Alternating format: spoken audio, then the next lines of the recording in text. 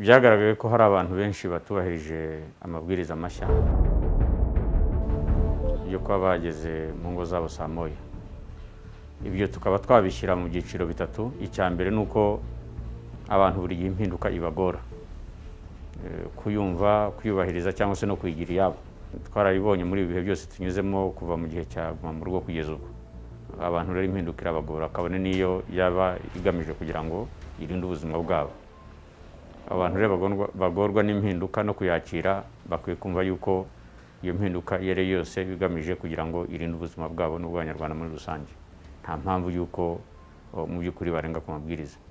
Icya kabiri kigaragara ni abantu bafite ubuteganya buke. Ugasanga impinduka zabaye, amasaha yasubiwemo, hari ayatanzwe atajyanye n'uko byari bisanzwe bimeze, ariko umuntu akananirwa kugena gahunda ze uko ziteye, akazi kakakora neza, yarangiza akajya n'igihe cyo kuba yageze mu rugo. Ibyo rero nyine urumva yuko ari ikibazo. Niba unaniwe kugena gahunda yawe neza kugira ngo uzikore mu masaha yateganyijwe, ibyo coronavirus ntabwo ibizi. Ntabwo izi impinduka, ntabwo izi igihe. Coronavirus ibyo ntibizi. Ugomba rero kuba nk'umuntu utekereza, uzi ubwenge kwirusha, ukwiye kuba wubahiriza amabwiriza cyane cyane ko agena kukurinda. Icya gatatu ni abantu batumva. Bigaragara ko mu by'ukuri batumva. Nubwo ari bakeya, ariko abo bantu mu by'ukuri bateza ikibazo abenshi n'Abanyarwanda muri rusange n'abantu batuye muri iki gihugu.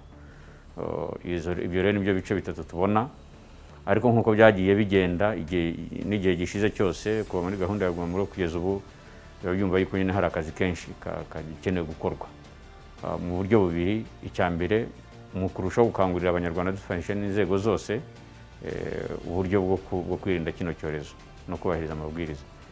Icya kabiri gikomeye ni ukugenzura iyobahirizwa ryayo, ababirenzeho bagahana. Imibare ntabwo turayishyira hamwe, ariko icyagaragaye ni uko abantu barenze ku mabwiriza, abanyamaguru bari benshi,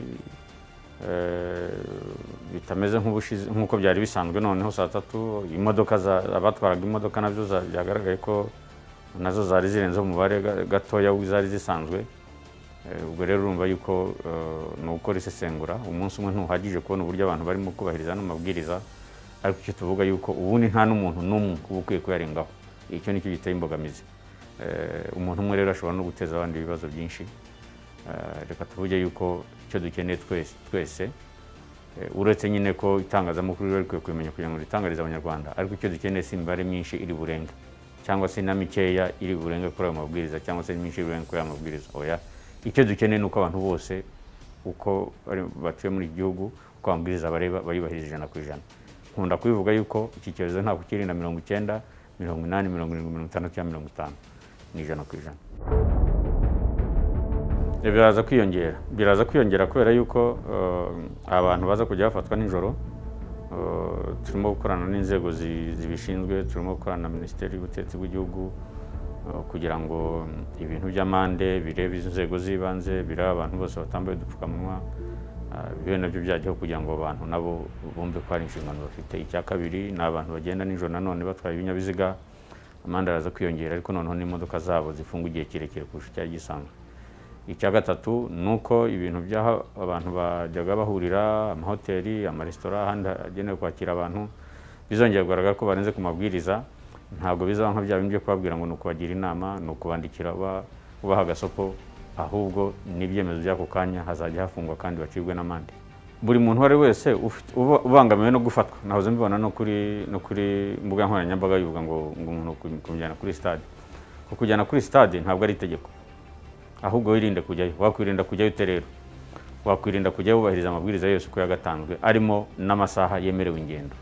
Icyo ni kimwe. Icya kabiri, abantu bahurira hirya no hino nk'abo mwabonye nyine kuri izo mbuga nkoranyambaga, nabo bafatiwe nk'ahantu baba baragaragaye ko mu by'ukuri batubahirije amabwiriza, bakajyanwa ahantu mu kato, bagatangira bakagira ibyo bavuga. Bagomba kumva yuko mu gihe wowe ubwawe utubahirije amabwiriza, ugomba kwemera yuko ingaruka nizikugeraho ukazemera. Ariko niyo ushatse kugira ngo amabwiriza ya kerense, ntabwo ushobora guteresha ingaruka zo kutayubahiriza. Ibyo rero tubabwira yuko kujya kuri stade ntabwo ari itegeko, ntabwo ari ngombwa kujyanwa mu kato, ntabwo ari itegeko, ntabwo ari ngombwa, ariko nyine iyo bigizemo uruhare ushaka kujya rukugarura yuko uri bujya mu kato, polisi izagufata ujye mu kato, inzego z'ubuzima zikwiteho zigukurikirana. Umunsi wananiwe kurenza ku masaha cyangwa ntubarize amabwiriza, niba ngombwa kugutwara kuri stade byagaragaye ko ariho ukwiye uzahajya, ndetse no gufungwa, abantu bazafungwa. Ntabwo ibyo umuntu yareka kubivuga kubera yuko n'amateka arahari mu gihe bigaragara yuko ushobora kuba wakwirakwiza kino cyorezo kandi mu by'ukuri urenga no ku mabwiriza. Hari impanuka twabonye ko ziterwa n'uwo muvundo, ibyo twarabivuze, ariko nk'uko tujya tubivuga murabizi yuko iki cyorezo cyagiye kuza tukiri gukora ubukangurambaga bwageraho amahoro. Twari tugeze mu cyumweru cya 46. Ayo masomo rero yatanzwe muri ibyo byumweru byose akwiye gukomeza kubera abanyarwanda ingirakamaro cyane mu rwego rwo kwirinda impanuka. Byumvikane rero yuko mu by'ukuri haba ari ukwirinda coronavirus, nta rwitwazo ufite kuko amabwiriza hano uburyo yirindwa n'ibyo ugomba kubahiriza. Haba ari ukwirinda impanuka, nta rwitwazo ufite kuko amasomo arahawe n'uburyo bwose warigishwe n'inyigisho, ariko noneho ufite n'inshingano yo kuba ari wowe utwaye ikinyabiziga. Abantu benshi bakunze kutubaza batari ko se bano bantu ko barimo kwiruka cyane polisi irebera, kandi ubwo iyo modoka itwawe n'umuntu nyine, ntabwo itwawe n'umupolisi. Mu by'ukuri rero uretse kuba wabimuhanira, ariko mu by'ukuri umuntu niwe ufite imodoka ye, niwe ukora kuri vitensi, niwe ukora kuri accelerateri, urumva ibyo bintu byose. Twumva rero yuko ikintu icyo ari cyo cyose cyaba kwirinda coronavirus gihera n'umuntu. Apa kumva ya campaign bwa bukangurambaga bwitwa ntaba ari nge, byaba ari kwirinda izo mpanuka, akumva ko uruhare rwe nyine rutirukanka kugena igihe cye karagataha kare ntateze umuvundo n'ibi byose n'ibibazo byose cyangwa se n'izindi ngorane zishobora kuba zateza impanuka. Kiriya cyemezo kiba cyarafashwe harakoze ubusesenguzi bw'abatekinisiye n'uburyo nyine ibinyabiziga biteye, kuko nyine kiriya kigo tuzi imikorere yacyo. Guhitamo ziriya modoka zifite buriya buremere n'iriya mitambiko bivuze ikintu gikomeye cyane, kuko nizo zitwara imizigo iremereye, ibintu biremereye. Imodoka z'abantu ku giti cyabo rero amavatiri, ubu ngira ngo twinjiye mu kwezi kwa gatanu, turi mu kwezi kwa gatanu, twinjira mu kwezi kwa gatanu, mu kwezi gutaha kwa 9, nta kibazo iyo timu ya tekinisiye bararebye. Niyo mpamvu tuba twaratanze itangazo risobanutse, ahubwo nubwo tujya tubona abantu ngo bavuga yuko bataribonye, ryaraciye ku binyamakuru, ryaraciye ku mbuga nkoranyambaga, twarabivuze kuri radiyo, twarabivuze kuri televiziyo, ariko ibyo ni bya bintu by'abantu nyine buri gihe aba afite impamvu isobanura impamvu yakoze amakosa. Twavuga rero yuko abantu bari bufite itangazo riteye ku buryo bitagomba kuba ikibazo, ku buryo bakubahiriza gahunda kugira ngo twirinde impanuka ariko tunirinda coronavirus. Ibyo bari bitoje kenshi tubasubiza yuko ibizamini cyangwa gukora ibizamini bitari byasubukurwa, nibategereze umunsi byasuzumwe bikareba uburyo byakorwa, bizanozwa bibabwirwe. Icyo twababwiye ni uko kwandikisha perime no kongera kuzihinduza, ariko abantu bakurikiza amabwiriza yo kwirinda covid-19 byo byatangiye birakorwa.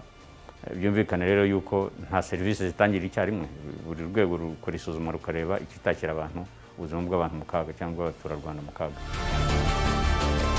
Icyo twavuga nuko twasaba abanyarwanda, mu by'ukuri iyo tuvuga ngo baraza guhanwa, ntabwo bihana ari ngombwa, ntabwo umuntu yakaguhaniye kwirinda. Icya kabiri nuko abantu barushaho gutanga amakuru, kandi harabayatanga cyane mu by'ukuri, haba mu buryo bwa telefoni, ubutumwa bugufiya ku mbuga nkoranyambaga, bagaragara yuko mu by'ukuri batanga amakuru ya bagenzi babo hirya no hino batubahiriza kwirinda amabwiriza yo kwirinda kino cyorezo.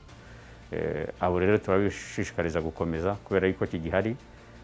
Ikindi nuko twasaba abatabyubahiriza kubyubahiriza, kuko biri mu nyungu zabo no mu nyungu z'igihugu. Abanyarwanda benshi barumva, ariko buriya niba tugomba kuba bazima cyangwa tukanirinda, tugomba kwirinda twese.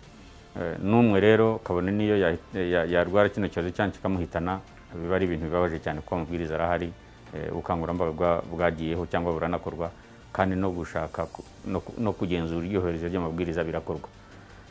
Byumvikane rero yuko nta muntu uzavuga ati yewe nubwo ndi umwe cyangwa turi babiri cyangwa turi bakeya ibyo birahagije. Oya, abanyarwanda bose bagomba kumva ari amabwiriza 100%.